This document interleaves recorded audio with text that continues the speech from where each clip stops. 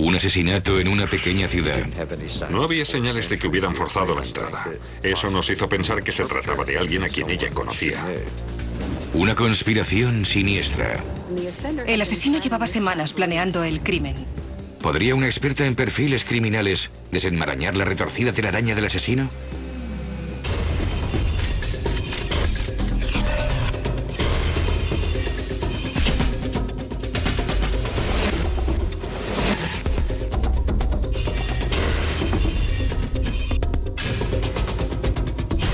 Las pruebas del crimen, una de ellos. New Albany, Indiana, una comunidad pequeña y unida a pocos kilómetros de la frontera de Kentucky. Una mañana, una llamada a la centralita de la policía afectó personalmente a los agentes. Recibí la llamada de los empleados del almacén de suministros de la policía Kisler diciéndome que Jennifer Johnson no se había presentado a trabajar.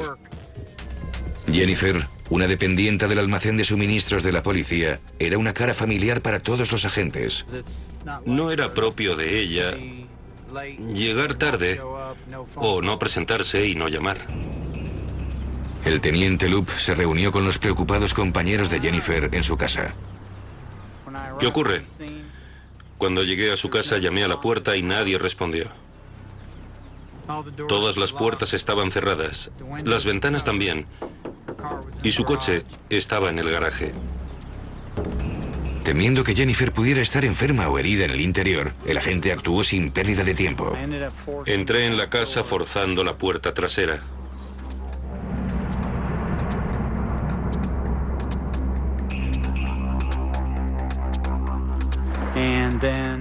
En el interior, encontré a Jennifer acostada en su cama, muerta.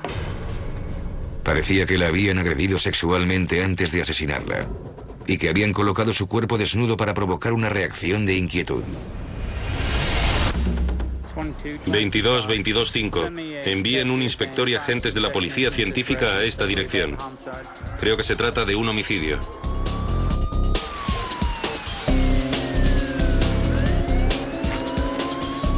Se hicieron cargo del caso el capitán Keith Whitlow y el sargento Sammy Sarkisian. ¿Qué tienes, Frank? Jennifer no se presentó a trabajar. Y eso era muy raro. Forzamos la puerta trasera y la encontré muerta en su cama. No he visto ninguna señal evidente de traumatismo. Mientras la policía esperaba que el forense determinara la causa de la muerte, la policía científica buscaba posibles pistas en la casa. Pero no encontraron nada. Vimos que no había señales de que hubieran forzado la entrada, ni que hubieran robado nada. Quien quiera que fuera a la casa, fue a por Jennifer Johnson.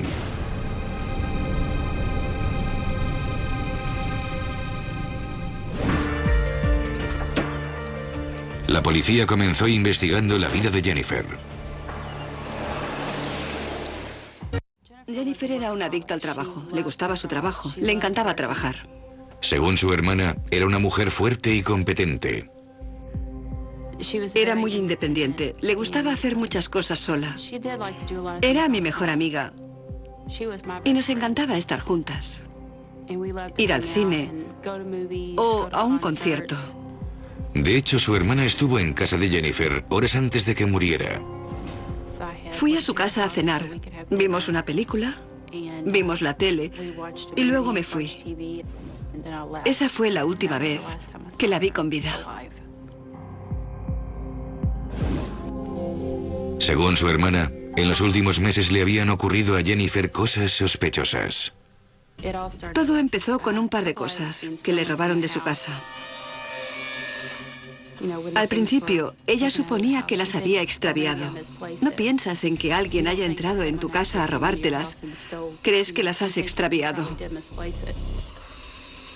Pero rápidamente Jennifer se dio cuenta de que era obra de otra persona.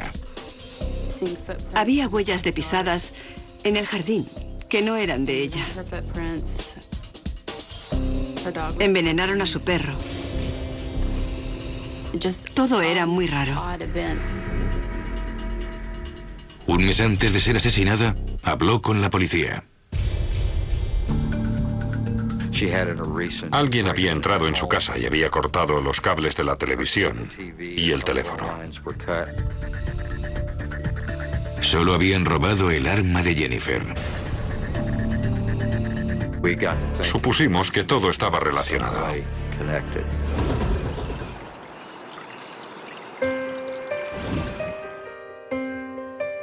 Cuando llegó el momento de unir todas las piezas, quien mejor podía hacerlo era la experta en perfiles criminales, Dale Hinman. No es un solo elemento de un crimen el que nos facilita la pista definitiva en un conjunto de conductas que podemos interpretar. Al revisar el caso Johnson, estaba segura de una cosa. Lo primero que pensé es que no se trataba de una coincidencia. Y si eso era así, el asesino llevaba semanas planificando el asesinato. ¿Podrían la agente Hinman y los investigadores encontrar el fallo en la cuidada planificación del asesino? Los investigadores de Indiana se estaban esforzando en resolver el misterio del asesinato de Jennifer Johnson. La agente especial Hinman sabía por dónde empezar. Para mí era importante ir a la escena del crimen con el capitán Willow. Quería ver el barrio que había alrededor de la casa de la víctima. Capitán, hábleme de este barrio. ¿El índice de delitos es muy alto? La verdad es que no. Sí, pero Jennifer fue víctima de un robo cuando no estaba en casa, era cosa de un mes. Descubrió que le habían robado el arma. Envenenado a su perro. Y cortado los cables de la televisión y el teléfono. Yo diría que no fue el típico robo. Parece que Jennifer había sido la víctima elegida. Es como si el primer delito fuera preparatorio del segundo. Le robó el arma, envenenó a su perro y cortó la línea del teléfono. Tal vez lo ocurrido cuando la asesinó es lo que había planeado cuando cometió el robo, pero ella no estaba en casa. Y la agente Hinman dedujo algo más del asesino. Eso sugería que el individuo no tenía experiencia criminal ni era muy sofisticado. También nos dijo que era un individuo del barrio, que seguía por allí. De haber sido alguien que estaba de paso, que pasara por allí y hubiese visto a la víctima con anterioridad, habría intentado matarla. Pero al darse cuenta de que no estaba en casa, hubiera seguido su viaje. El hecho de que volviera al lugar pasado un tiempo sugiere que era alguien del barrio. Bien, Dale, entremos a ver qué encontramos. ¿De acuerdo?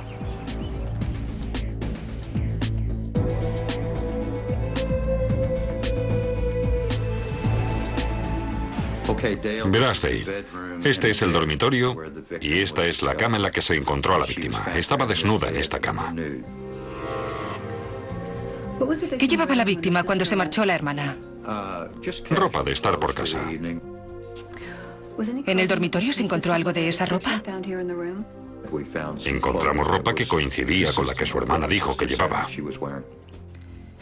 El hecho de que hubiera dejado a la víctima en una pose determinada en la cama y estuviera desnuda. Las mujeres no duermen así.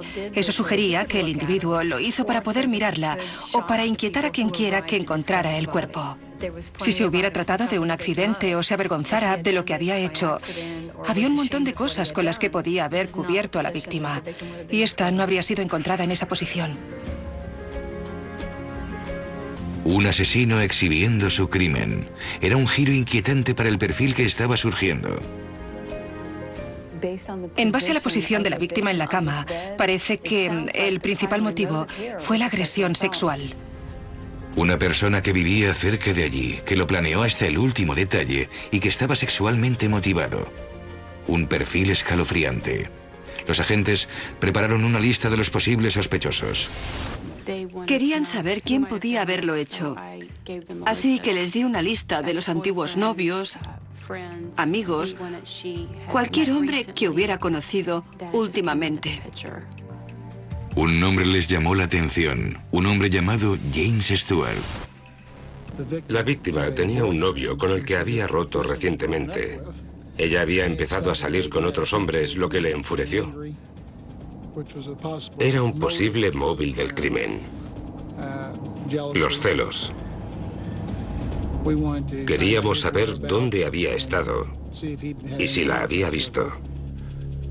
Pero Stuart dijo que no había estado cerca de Jennifer la noche en que la asesinaron. Había alquilado un vídeo en un videoclub local y luego había vuelto a casa de sus padres. La policía intentó encontrar alguna grieta en la coartada del exnovio, pero esta parecía muy sólida y se mostró dispuesto a colaborar. Le ofrecimos a James Stewart la oportunidad de someterse a la prueba del polígrafo.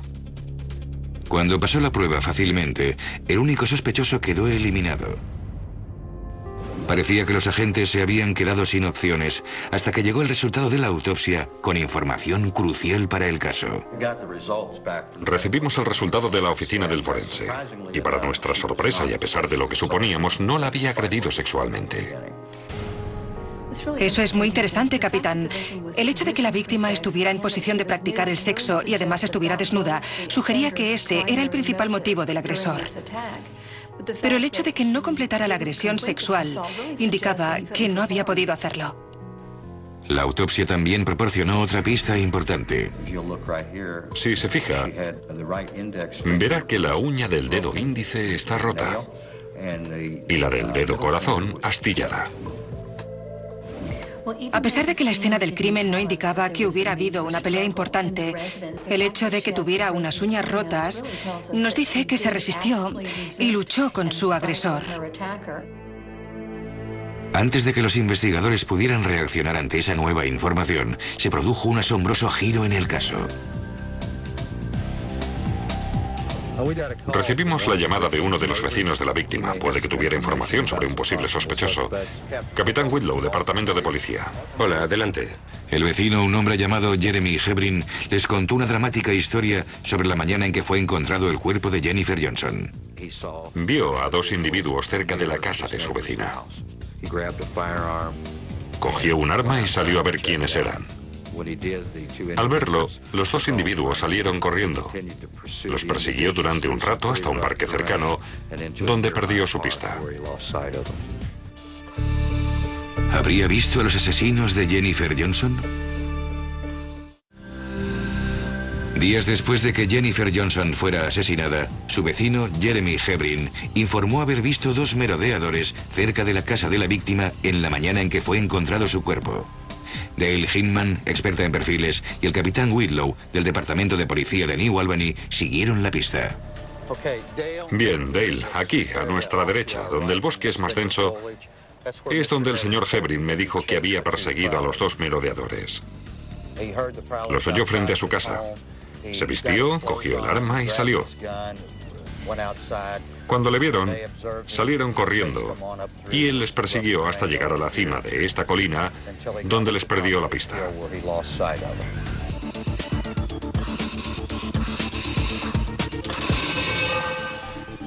La agente Hinman se sentía intrigada no por la historia en sí, sino por el vecino que la había contado. Dos cosas me llaman la atención sobre su relato del tiempo que pasó en el bosque. El hecho de que, en vez de llamar a emergencias, creyera que lo mejor era dejar a su esposa e hijos solos para perseguir a esos individuos hasta el bosque. Y el hecho de que indicara que había dos merodeadores. La mayoría de los merodeadores se mueven solos para mirar por las ventanas y no es normal que roben por la noche. Pero el hecho de que viera a dos individuos en su jardín es una historia fantástica. Es posible que la inventara, porque a mí no me suena real. Para la agente Hinman, la historia del vecino le resultaba conocida. Había observado esa clase de conducta con anterioridad. Cuantos más agresores, más armados van. Mayor es la violencia, pero al mismo tiempo no suele ser la verdad. ¿Por qué ir tras ellos cuando tenía un arma y estaba en su casa con su familia? ¿Por qué no quedarse en su casa y llamar a la policía para decirles que había dos sospechosos en su jardín? El hecho de que saliera y los persiguiera sugiere que quería participar en la investigación o la historia era inventada. Con frecuencia, la gente se implica en la investigación. Lo que hacen es llamar a la policía y facilitarles información, cuando lo único que quieren es averiguar qué sabe la policía.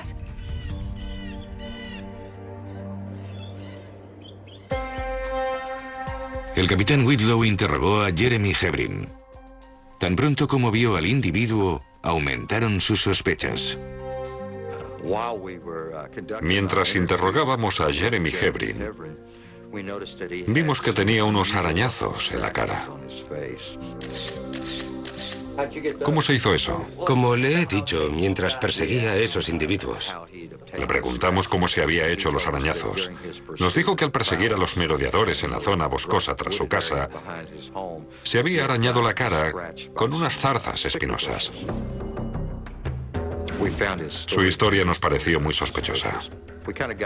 No podíamos dejar de pensar que quizá fuera él el asesino. Pedimos una orden que nos permitiera tomarle muestras de sangre, cabello y saliva para evaluarlas como pruebas.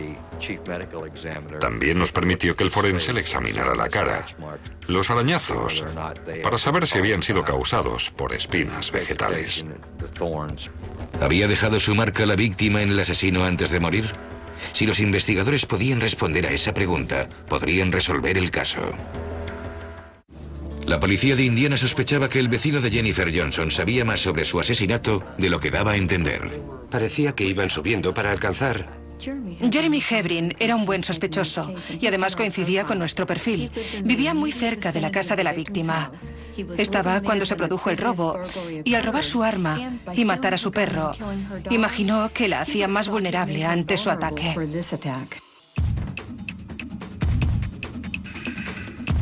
Los investigadores llamaron a Hebrin para someterle a un reconocimiento médico y lo que averiguaron confirmó sus sospechas. Doctor Nichols. El doctor Nichols nos dijo que sus arañazos no habían sido producidos por espinas vegetales, sino que alguien le había arañado con las uñas. Había una separación entre los arañazos. Si se hubiera hecho los arañazos al moverse por entre unas zarzas o arbustos, estos estarían distribuidos por toda la cara, en vez de como eran los del sospechoso. Se asemejaban a los que produciría una mano abierta arañando la cara del individuo. Era suficiente para detener a Hebrin, pero ¿bastaría para condenarlo? Mientras los agentes continuaban acumulando pruebas en su contra, un hombre llamó diciendo que tenía lo que él consideraba una prueba crucial en la investigación del asesinato de Jennifer Johnson. Un hombre nos entregó un arma que había comprado a un pariente. Al enterarse de que a Jennifer Johnson le habían robado su arma un mes antes de asesinarla, pensó que lo mejor era entregarnos el arma para que la investigáramos. Por el número de serie confirmamos que dicha arma era la que habían robado en casa de Jennifer Johnson un mes antes de su asesinato. ¿Y quién le vendió el arma? Su sobrino, Jeremy Hebrin. Estábamos seguros de tener a nuestro hombre. Hebrin coincidía a la perfección con el perfil de la agente Hinman. En base a lo que vimos en la escena del crimen, tenía que ser una persona que viviera cerca, que hubiera acechado a la víctima. Y la razón de que entrara en la casa de Jennifer Johnson en plena noche tenía que guardar relación con el sexo. La policía convenció al sospechoso de que se sometiera al detector de mentiras. ¿Robó el arma de Jennifer Johnson? No. Y no pasó la prueba. Cuando le dijeron a Jeremy que no había pasado la prueba, confesó ser el asesino.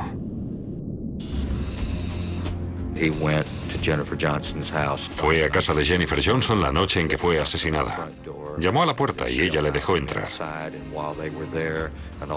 Entonces se produjo un altercado entre los dos y él la estranguló hasta matarla. Es evidente que Jeremy Hebrin estaba obsesionado con Jennifer Johnson. Juzgó mal lo que ocurría en su casa. Tal vez imaginó que sería una sencilla agresión sexual y que luego se iría. O que ella consentiría. Se equivocó. Jeremy Hebrin fue acusado de asesinato y condenado a 50 años de cárcel. Fue un caso muy difícil para todos nosotros porque muchos conocíamos personalmente a Jennifer. Eso hizo que fuera más difícil para nosotros. Ella era miembro de nuestra comunidad de agentes de la ley. El que esa persona esté encerrada es un gran alivio. Hubiéramos preferido que se pasara toda la vida en la cárcel. Pero teniendo en cuenta los hechos, esa era la mejor sentencia. Fue la condena máxima establecida en esa época. Aunque para nosotros no fuera suficiente, ella era mi mejor amiga. Era maravillosa. Fue una tragedia para la familia y los amigos de Jennifer Johnson, que sin saberlo, se convirtiera en el centro de la obsesión de su vecino. Gracias a la dedicación y colaboración de los agentes de la policía de New Albany y de la policía del estado de Indiana, el asesino de Jennifer Johnson fue juzgado y encarcelado.